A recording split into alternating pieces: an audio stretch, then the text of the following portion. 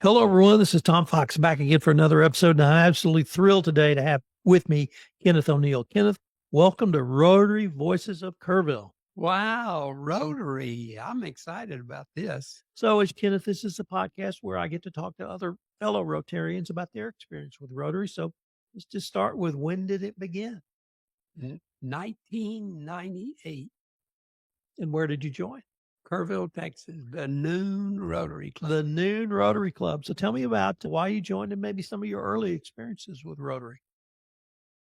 One of my parishioners at the St. Peter's Episcopal Church, Mr. Neil Masterson, an insurance agent here in Kerrville, invited me to go. So I went my 3 obligatory meetings. He told me I'm obligated to go to at least 3. So I went and we meet at noontime, nice lunch, nice crowd. There were about 150 or so people that would show up each week.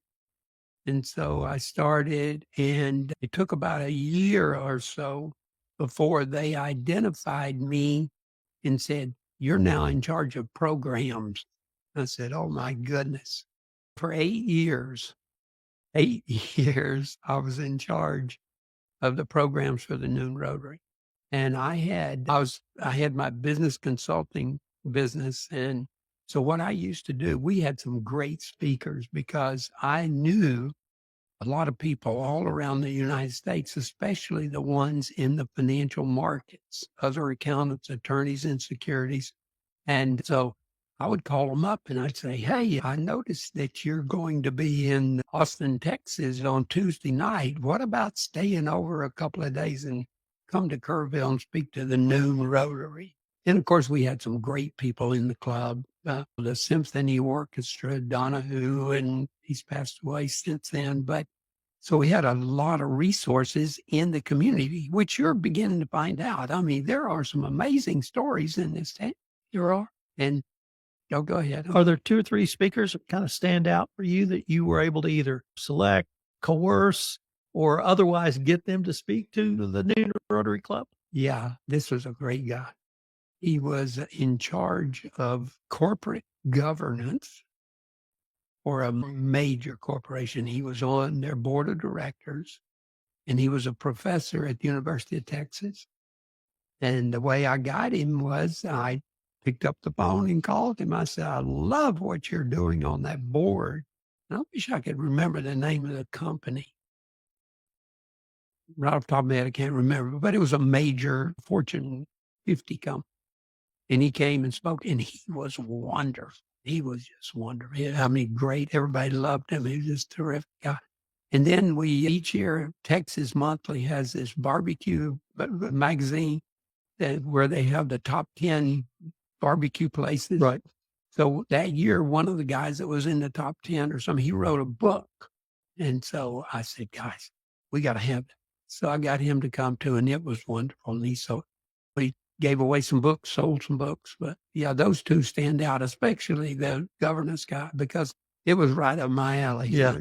He was You must have been like a hog. And then with my consulting practice, I picked up a couple of clients in San Antonio, and I had to go into San Antonio several times on Wednesday, and I missed Rotary. All right.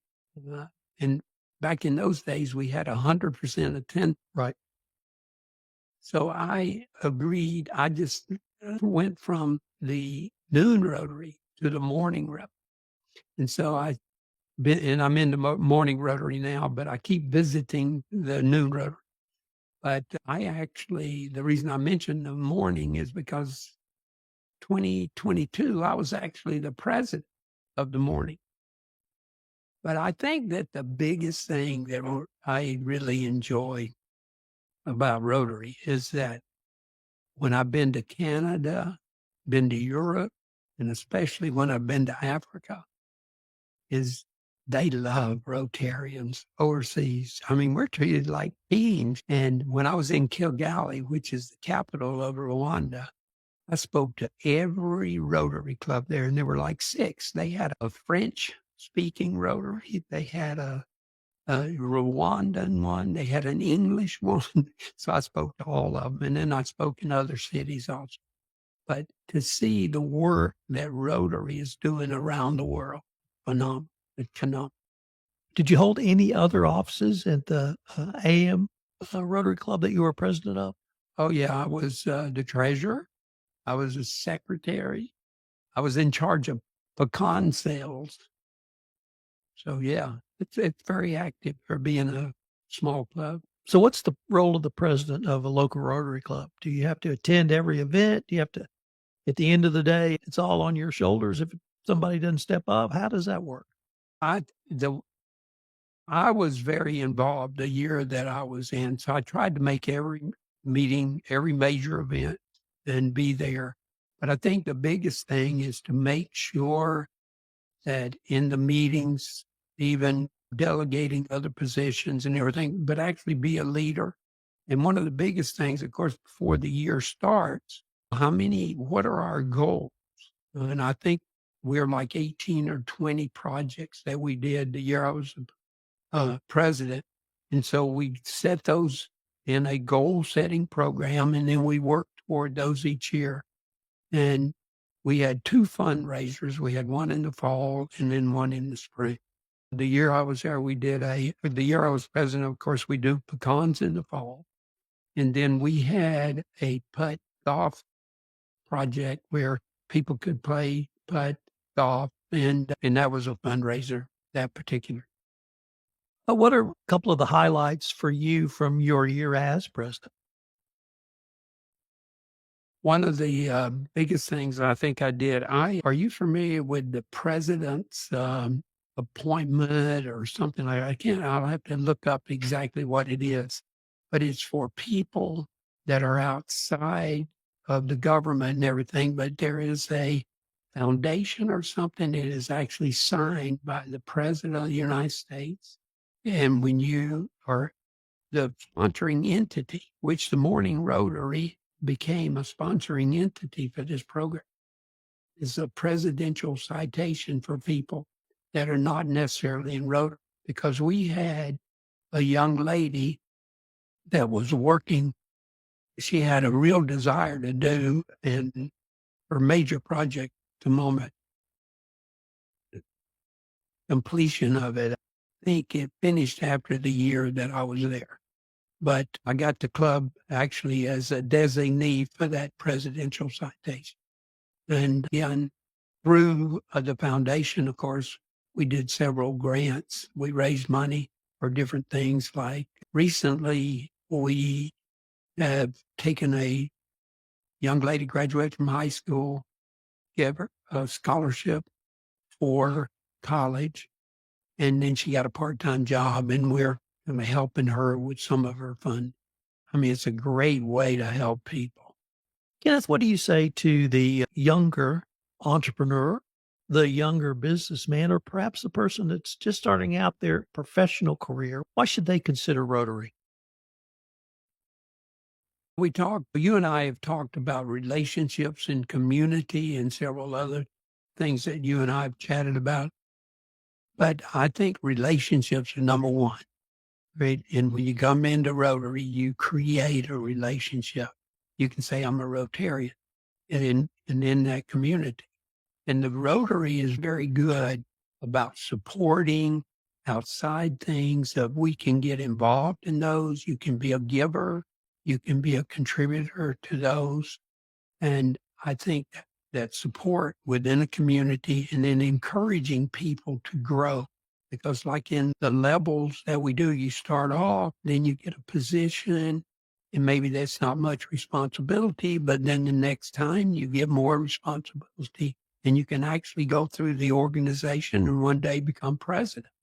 So I think that the management skills, the leadership skills, and especially effective communication, meaning having a relationship with people, listening at a high level, and then making sure that they understand your position. I think it's great for leadership management and control. So from my perspective, I've only been involved about 18 months, but I've enjoyed the fellowship, and I'm going to call it fellowship. But I've also enjoyed the speakers because it's allowed me to learn a lot more about my local community, being relatively new to Kerrville and Kirk County. Is that one of the functions that you see as a part of Rotary, or at least something they give back as well? Yes, I think that's great, and I think that we need to go by the four-way test. Okay, is it the truth? And we really could just stop there. I mean, is it the truth? But We could sure use that now. but the speaking, that skill. I mean, what is it? Most people, they'd rather go get a root canal than speak in front of somebody. But that's not me and you. I mean, you give us a microphone, we're ready to go. But Root canal's really not that bad either. no, not anymore. They're not. But you can also, I mean, I believe that you can learn, and I think you ought to take every opportunity to learn, to share with people, and create relationships so that people will know you support them. In other words, if I talk about legacy and want to leave a legacy so that 150 years from now, they say, if you needed anything done, you needed to call Tom Fox. He would do it. His family, he was the one on the street that he would go and he helped Mrs. Jones with her taking her trash out on Tuesdays. And so all of those relationships come from dealing with people. And we have to create this atmosphere, though, where that atmosphere is loving and kind. And it goes back to these virtues that we must live upon. Let me tell you my favorite Rotary story so far. I was being basically interviewed by a fellow to be on his podcast. And it was, I guess you'd call it more of a spiritual nature than a professional business podcast. But he said, I was going to ask you about your commitment to service, but I see you wearing that Rotary shirt. That's all I need to know.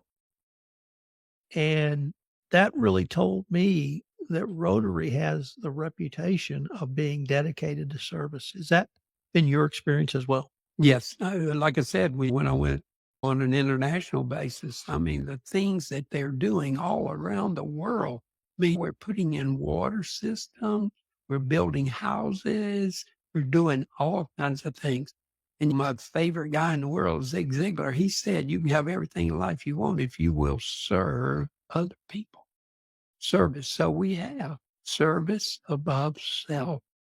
And that's so important. That's so significant when we back up and let others. It's all about them. It's all about them. I'm going to selfishly say, I hope you'll come on over to the Noon Club, Kenneth. Thank you. I've had that invitation 2 or 3 times. Good.